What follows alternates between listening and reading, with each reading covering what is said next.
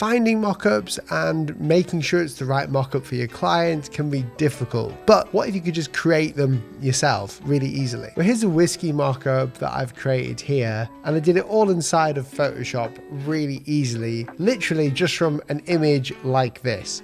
So today I'm going to show you how you can create mockups like this, but the main difference of this mockup and the way that I'm going to show you is that it allows you to design a mockup that you can change directly on the mockup itself without having to go into a SmartObject. And this has one benefit: you can see exactly how it will look in the end as you're creating it. So whether that is you wanting to go ahead and create some brush strokes inside the mockup like so, it does not go off the label itself, or whether that's just so you can record the process of you creating a whiskey bottle. Let's get started. So go ahead and get yourself a nice image of a whiskey bottle. You can do that through Envato, Unsplash, Adobe Stock, Firefly. You can do it in all these things. You just need a mockup with a white label on it. What we're then going to do is we're going to change this name to Mockup, and then I'm going to right click. I'm going to say convert to SmartObject. That's just to protect that layer there. Now get your contextual taskbar. It's going to make these next few things a bit easier. You can get that by going to Window and going to contextual taskbar. And what we're going to do is we're going to say select subject, and that's going to select the entire bottle. And you could do it to the entire bottle, or you could do it to just the label. Wherever we want the design to go, we want to do it to the label. So I'm going to go over to here to what's known as the Object Select tool, which is just here. And we're going to just create a mark here around roughly where this label is here. And you'll notice it creates a pretty decent object selection. But here you can tell that it hasn't worked perfectly. So I'm just going to get rid of this by Alt using my brush there. Now to keep this selection, what we're going to do is going to go to select, and we're going to say save, and we're going to say label. And this will basically mean that if we deselect it, we can go back up to select and we can load that selection again by going to label. Boom, it's already there. Now the next thing we want to do is isolate the colors on this, and this is where people get confused. But all you need to do is go down here, and you can't see it very well, but that's okay. And we're going to go to hue and saturation, and you'll notice when we've done that, whilst it was selected, it's created a mask. So that means that no matter what happens in this hue selection box, if we try and change the hue and the saturation, it will only happen inside of where we have masked it. But what I'm going to do is take that saturation all the way down. We don't want any colors in there to annoy us. Desaturate. The next thing I'm going to do is I'm going to create a curves adjustment layer on top of that. And what I need to do actually is duplicate this here, this mask, onto this one to make sure that the curves only affect the label again, like so. You can see there when I'm bringing the shadows down. Okay, those two things are just there. We're going to lock them in place so we don't mess around with them. What I'm then going to do is I'm going to create a folder, and I'm going to say work here.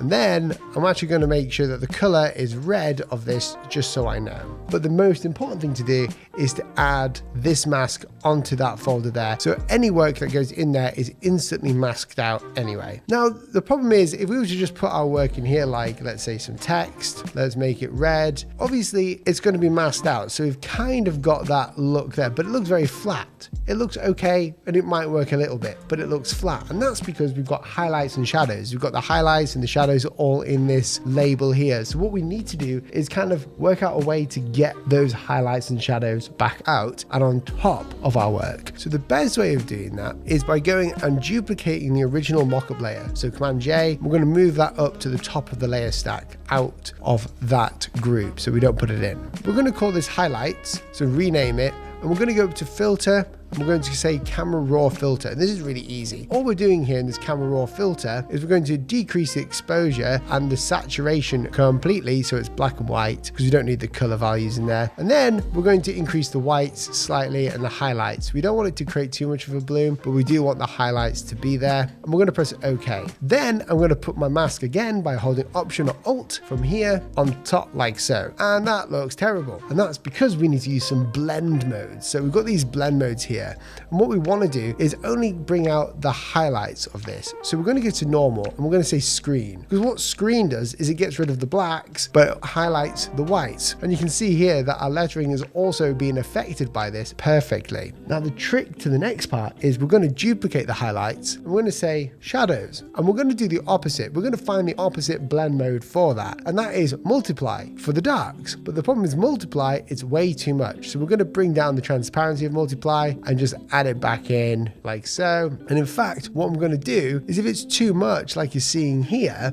we can go back into camera raw filter. Because it's a smart object, we can increase that exposure quite a bit more, and we can bring down those whites a little bit. We basically don't want it to be too crazy, but we want to get those shadows in there. Now, if you don't like multiply, you can try linear burn, which will give more of a burnt look, which sometimes looks really good as well. Okay, instantaneously, we have now got a place for our shadows and highlights. We're going to go ahead and select both of these, and we're going to put them in a group. We're going to say highlights, and we don't want to touch them anymore, so we're going to lock them. One thing that every graphic designer or even creative professional needs is a website. It doesn't matter if you're big or small, get yourself a website. Recently, we've been working on our brand new one, and we've moved to a platform called Framer, who is sponsoring this video. Framer allows you as a graphic designer to not know any code, but to design websites like this. It's mind-blowing what you can do inside of Framer. More so than that, you can fully customize it to be whatever you want. You don't have to learn that much, and to be honest, they have some amazing tutorials on their website. And also, if you just want to take a template, you can go and find a community template that you can get for free, or there are paid versions of the template, and you can edit it from there, giving you a bit of a head start. These beautiful websites with all these animations and interactions that you're seeing were all created without code, perfect for graphic designers like me and you who aren't web developing wizards. I've been learning how to use Framer over the past few weeks, and I'm really excited to share a video soon about our new website once it's built. And I'm also excited to share some tutorials soon that will help you in your Framer journey for designing your first website. If you want to check them out for completely free and start building your website free today with no coding or anything, please click the link down below in the description. It helps me out and it keeps these videos going live to you. Thank you, Framer, for sponsoring the video. Whenever you lock a layer, it means that when you select something, it will not select the top layer because it's locked. It'll only select what you want. Nice. Now we've got our work. You can see it's kind of working pretty well here. Looking pretty good. Let's just write the word mockup in this just so you can see how it looks.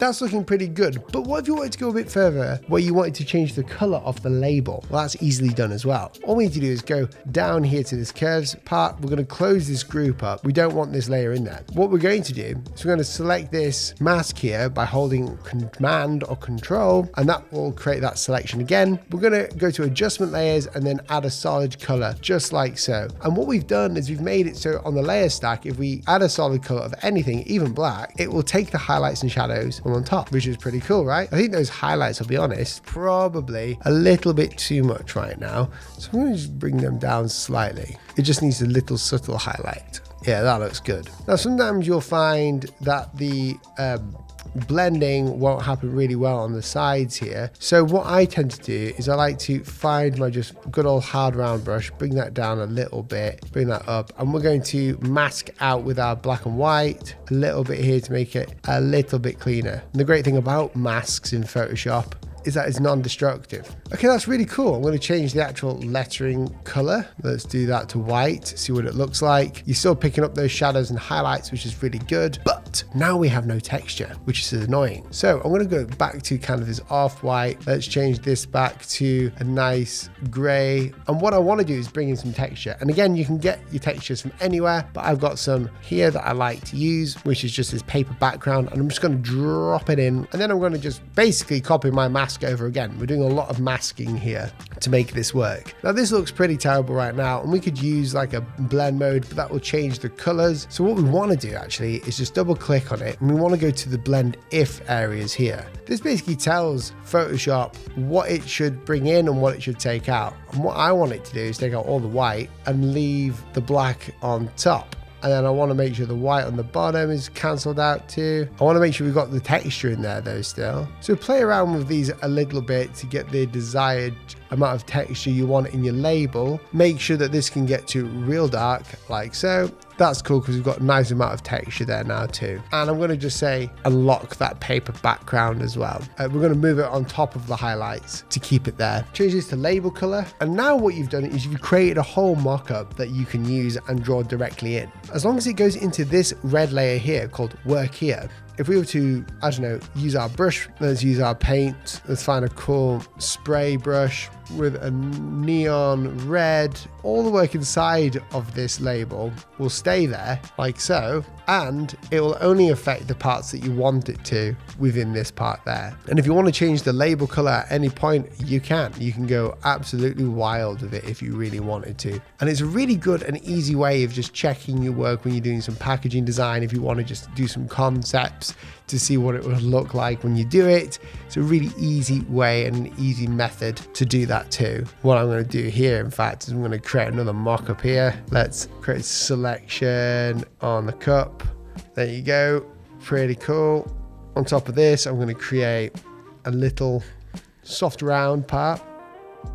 Create a bit of a shadow there. That looks pretty cool.